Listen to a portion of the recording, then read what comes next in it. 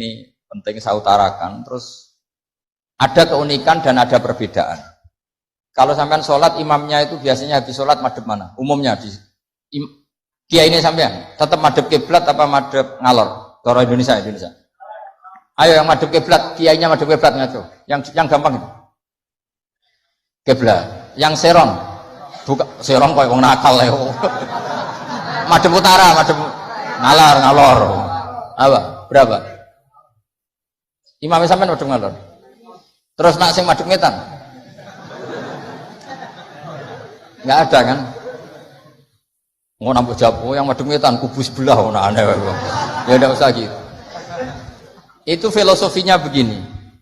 Nah ini penting ya, penting saya jelaskan. Di tek-tek hadis sahih, saya ulang lagi di tek-tek hadis sahih, itu Rasulullah setelah salam itu redaksinya aqbala alaina biwajhi. Maka Nabi menghadap ke kita dengan wajahnya. Berarti kira-kira kalau di Indonesia menghadap mana? Timur. Tapi itu tidak konsisten. Konsisten itu ahyanan, tidak konsisten itu ahyanan. Nah, kenapa guru-guru kita tetap madhep kiblat? Karena afdhalul jihad itu kiblat. Kadang guru kita kadang menghadap apa? Utara. Tapi sebagian guru kita juga kadang menghadap ke timur, misalnya langsung ngaji. Itu filosofinya gini di beberapa syarah di Fathul Bari itu. Nabi itu kan sholat, dengerin ya, Nabi itu sholat. Makmumnya itu rata-rata itu kadang 7 kilo dari dalamnya Nabi. Dengerin ya, berapa? 7 kilo, udah pakai motor ninja enggak, 7 kilo pakai onta. Kalau sampean bilang 7 kilo pakai motor kan cepat. Resikonya apa? Ini dengerin, awas kalau salah. Berarti kalau salah sanad. Maksudnya sampean yang salah, bukan saya. Artinya andekan, tak ulang lagi, andekan Nabi tetap berposisi menghadap kiblat, maka makmum yang baru datang tuh ngira Nabi masih sholat. Sehingga harus kadung Allahu Akbar langsung duduk, karena ngiranya Nabi masih, padahal Nabi sudah tidak. Maka untuk mengantisipasi itu Nabi memaklumatkan diri dengan akhwalnya, perilakunya, beliau menghadap makmum supaya ada kepastian kalau beliau sudah selesai sholat. Sehingga karena illatul hukmi seperti ini, kita fleksibel, kadang madhep kiblat, kadang madhep ngalor, kadang madhep ngetan. Itu ada filosofinya, orang gagah-gagahan. Ada yang madhep ngetan terus, pokoknya Nabi seperti ini, tidak seperti itu. Semua perilaku Nabi yang tidak wajib itu disara-sara disebut ahyanan, sesekali tempo. Maka yang penting bagi imam itu begini, yang penting setelah selesai salam itu tunjukkan kalau sholat kamu selesai. Makanya banyak yang terus astagfirullahaladzim buantar untuk menunjukkan ini sudah mulai wiridan ba'das sholat.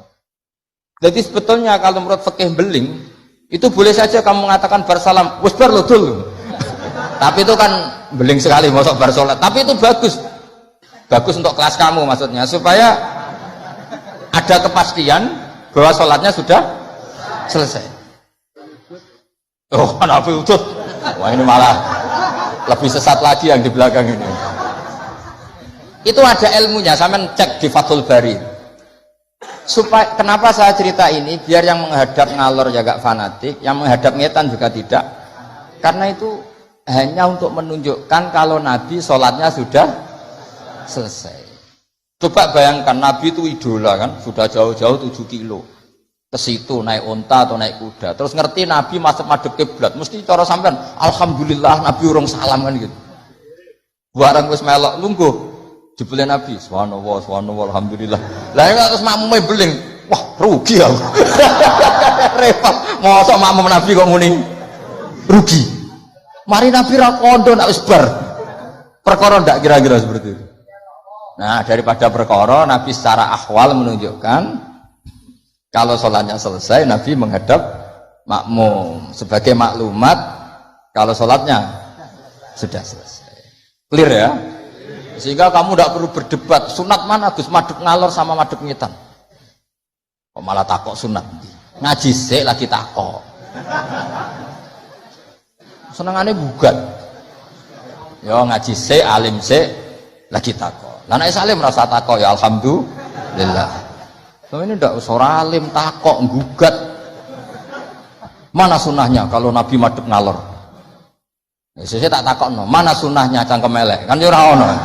Angger wong kok mbok lama-lama. Mana sunnahnya kalau Nabi pernah di Indonesia? Malah panjang kan apa? Nggak usah gitu ya ngaji. Jadi di sarah-sarah itu diterangkan sana kan Rasulullah Shallallahu Alaihi Wasallam idza takallama salasan ahyanan di suatu tempo. Begitu juga Nabi kadang sholat itu hanya astaghfirullah salasan suman sorofa. Beberapa kali Nabi sholat itu hanya baca istighfar 3 kali suman sorofa. Ya sudah segitu aja. Ada yang Allahumma a'inni ala zikrika wa syukrika wa husni ibadati. Ada riwayat yang sabbahawa salasan wa salasin wa hamadawa salasan wa salasin wa kabbarawa salasan. Terus kiai-kiai khusuk semua yang ahyanan ini dikombinasikan jadi satu. Jadi kita yang ahlul ilmi ini eskal. Wong Nabi itu paketnya satu-satu, tapi oleh kiai khusuk itu semuanya dirangkum jadi paket lengkap. Ini ya ada, tasbihnya ya ada, doanya ya ada. Maka makmum-makmum yang kesibukan ini bingung, ini gimana ini kok paket lengkap, kan lama akhirnya. Lewong sholat yang rukun saja lama nggak boleh, apalagi wiridan. Maksudnya bukan terus nggak boleh ya enggak, maksudnya yuk mikir makmum. Makanya diantara ciri khas Indonesia itu walinya sebagian diyakini dari Samarkand, dari Tashkent, Uzbek, sebagian tentu. Itu saya ketika mondok di Mbah Mun, itu Mbah Mun yang mimpin sholat. Itu kalau wiridan ya separuh sudah bubar. Saya pernah di Lirboyo melihat ya separuh sudah bubar. Ternyata yang kelakuan kayak gitu ada di Uzbek. Meskipun imamnya mursyid separuh bubar. Itu tradisi yang bagus, itu harus ditiru. Artinya harus ditiru gini, untuk menjaga konstitusi wong nunggu guru ono separuh. Untuk menjaga konstitusi kalau nggak wajib ada yang bubar. Kalau semuanya nunggu berarti ini mewajibkan sesuatu yang tidak wajib. Itu bahaya kalau dalam konstitusi ilmu. Sayyid Abdullah bin Husain bin Thohir yang ngarang Sulam Taufik itu diantara masalah besar dalam ilmu apa? Ijabu malam yajib, mewajibkan sesuatu yang tidak wajib. Sehingga para ulama itu yang ikuti Sulam Taufik yang dikarang Sayyid Abdullah bin Husain bin Thohir, benar ya, Abdullah bin Husain bin Thohir. Itu kalau muridnya wiridan terus dia mau, cung ora wajib kok wiridan terus, kok dikira wajib. Tapi nak tahu ora tahu wiridan ya dia sunat ora tahu mbok lakoni. Nah itu akhirnya di Indonesia itu bagus, pondok-pondok besar di Indonesia kalau kiainya, padahal yang imami kiainya, apalagi ketua keamanan malah ditinggal. Oh penggane nangkep wong kan gitu. Saya dulu pernah sholat, Mbah Mun nggak ngimami, yang ngimami ketua keamanan itu belum takbir separuh sudah bubar.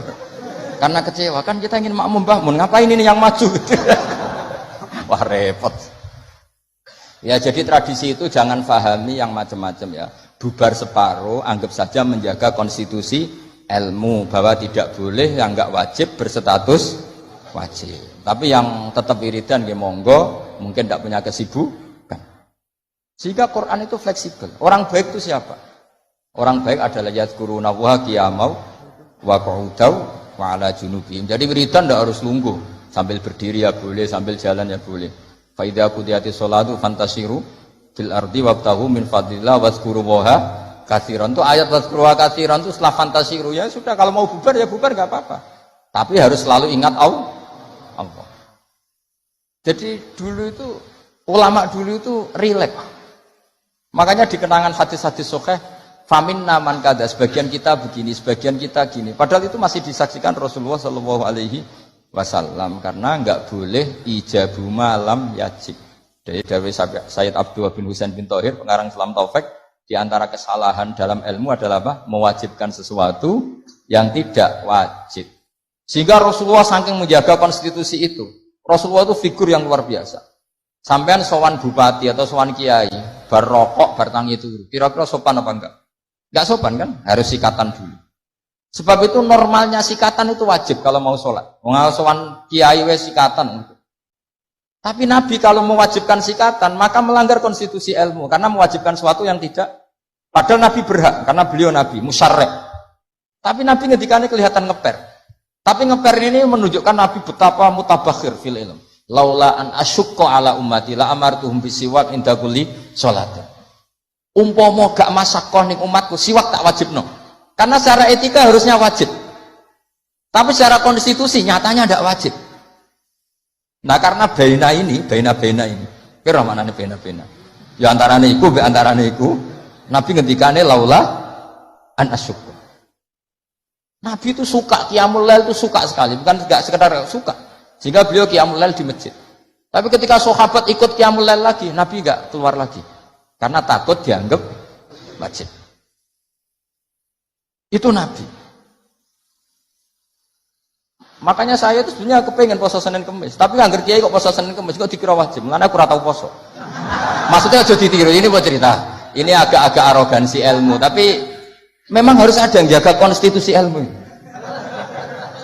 Ini saya punya teman ya amang rokokan. Mungkin untuk menunjukkan ada kaul sing ngarani oleh. Buktinya aku rokok. Tapi saya nggak rokok. Jadi harus ada yang menjaga konstitusi ilmu. Saya sering ngecek beberapa hadis. Nabi itu kalau ada sesuatu yang positif, inginnya itu diwajibkan. Tapi secara konstitusi enggak wajib.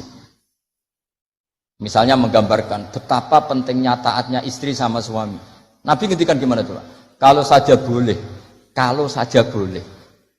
Seseorang makhluk boleh sujud sama makhluk, maka saya akan memerintahkan seorang istri bersujud sama suaminya. Tentu suami yang enggak kayak sampean, maksudnya itu gambaran gambaran. Sampeyan ora usah disujudi. Ora dipisoi sampai gitu kan. Artinya Nabi itu menjaga konstitusi ilmu itu luar biasa. Ya kayak tadi, normalnya sikatan itu wajib enggak? Wajib kan normalnya loh. Karena tangi turu berrokokan. Terus muni Allahumma lakal hamdu bul. Tapi kalau diwajibkan secara konstitusi tidak wajib, tapi secara etika wajib. Makanya ngendikanya ngeper laula an asyukko ala umat. Sekarang tak beri contoh lagi. Ndak ini ngaji. Saya tadi sudah pamit sama Habib Bidin. Saya kalau Rejab itu memang nggak ngaji sudah. Jadi saya berai bukan ada masih di Damaran. Nanti saya tinggal satu pertemuan. Rejab ruah puasa itu saya tidak ngaji seperti ini. Jadi jeda. Anggap aja sinau menel, kulaan. Karena memang kalau mau Rejab itu banyak yang khataman di rumah. Jadi saya fokus ngurusi santri yang mau apa? Khataman. Tapi memang itu adat saya seperti tadi. Saya sudah matur Habib Bidin, matur Habib Amang, Habib Ali sudah. Memang artinya nggak ada apa-apa. Bukan karena bosan sampean bosan. Ya rondok lah mungkin. Tapi bukan karena itu. Saya beri contoh. Sekarang doa paling mustajab itu jam berapa? Kalau jam Indonesia kira-kira. Jam 3 kan? Atau setengah 4 lah. Kenapa harus ada sholat isya yang di Kudus jam berapa misalnya sholat isya? Biasanya setengah 8, anggap baca setengah 8 lah aman kalau jam. Maka Nabi ini ngeper, tapi ngepernya pinter, ngeper dari ilmu, bukan ngeper dari ragu. Ngeper itu ada dua, ada ngeper karena nggak ngerti, ada ngeper saking pinternya. Kayak saya ini kalau ngaji sesampean itu kan ngeper. Di satu sisi sunat karena diminta Habib Bidin, di sisi lain setengah dosa meninggal pondok. Itu mesti ngeper, kalau orang alim ngeper. Kayak sampean ngaji ini, saya tidak tahu malaikat ditulis ngaji cari ilmu, apa nggak dari masalah di rumah, tidak tahu saya. Itu orang alim pasti ngeper. Beda tipis ya. Itu mesti, itu bukan mungkin, mesti. Coba status anda ini nyari ilmu, apa nggak dari masalah? Sebagian ya nyata nyari ilmu yang nggak punya masalah, sebagian ya memang. Maka penjaga kuburan di wali-wali tak tanya. Wong sing tukang ziarah piye? Ngene Gus, nak ziarah sak jam, biasanya wong bener. Nek es telung dino alamat. Itu bukan karena hebat, mesti utangnya akeh. Apa meneh nak sak wulan, wah. Rondok mesti rondok buran baton. Maka Mbah Mun pernah cerita ke saya. Jadi kiai iku ya sinau, kadang iku ya keliru. Tak pikir keliru apa? Ternyata gini. Dhisik aku latihan kiai iku nek ana bocah prainan ning pondok tak puji. Wong prainan kok gak mulai, berarti cah sregep. Pernah Mbah Mun sebagai orang soleh itu husnudzon. Suatu saat ditakoki, "Cung kok ora mulai wong prainan? Timbang ning omah kan ngarit, Mbah." Kagetnya Mbah Mun. Lah cung tiwasa husnudzoni. Ya kan daripada ning omah prainan ngarit kan ada ning pondok. Coba kalau sampean ini di rumah. Wah, ambek bojomu, kono anak murusi. Lawang tutup, pedus mlebokno. Daripada gitu ngaji gitu. Tapi ya ada yang, tapi tidak semua. Saya yakin tidak semua, cuma banyak. Enggak, ini bukan suudzon, ini ilmu. Ilmu itu tidak suudzon. Ilmu itu analisis, apa? Analisis. Loh, itu betul loh. Saya meskipun guyon itu punya sanad. Nabi itu setiap kali ada perempuan hijrah ke Madinah, pertanyaan pertama gimana? Kamu ikut saya karena iman billah wa rasuli, apa kamu ada masalah dengan suami? Jadi kalau sekarang kamu ngaji, ini ada masalah sama istri apa nyari ilmu? Ayo jawab. Kalau nyari ilmu, buktinya dapat apa enggak? Kan nyari tidak perlu ketemu, Gus, ya sudah dibantu. Saya teruskan ya. Betapa Rasulullah itu luar biasa, menjaga konstitusi ilmu, tapi yang menjaga etika. Sudah, kalau doa mustajab 3:30 atau jam 3. Kenapa sholat isya 7:30? Yang di waktu yang tidak begitu itu Nabi pernah sholat isya itu 3:30 kalau jam Indonesia kira-kira. Sampai Umar masyhur itu. Nama Sibyan, orang-orang sudah tidur. Nah Umar sampai bengok-bengok supaya Nabi itu bangun. Tapi bangunin Nabi gak berani. Pokoknya bikin agak gaduh supaya Nabi memperhatikan. Dulu gak ada sholawatan pakai terbang. Kalau ada mungkin terus sholawatan.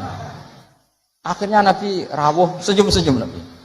Saya tahu kalian protes karena sholat saya tidak lazim. Biasanya 7:30 kok ini 3:30 kira-kira gitu.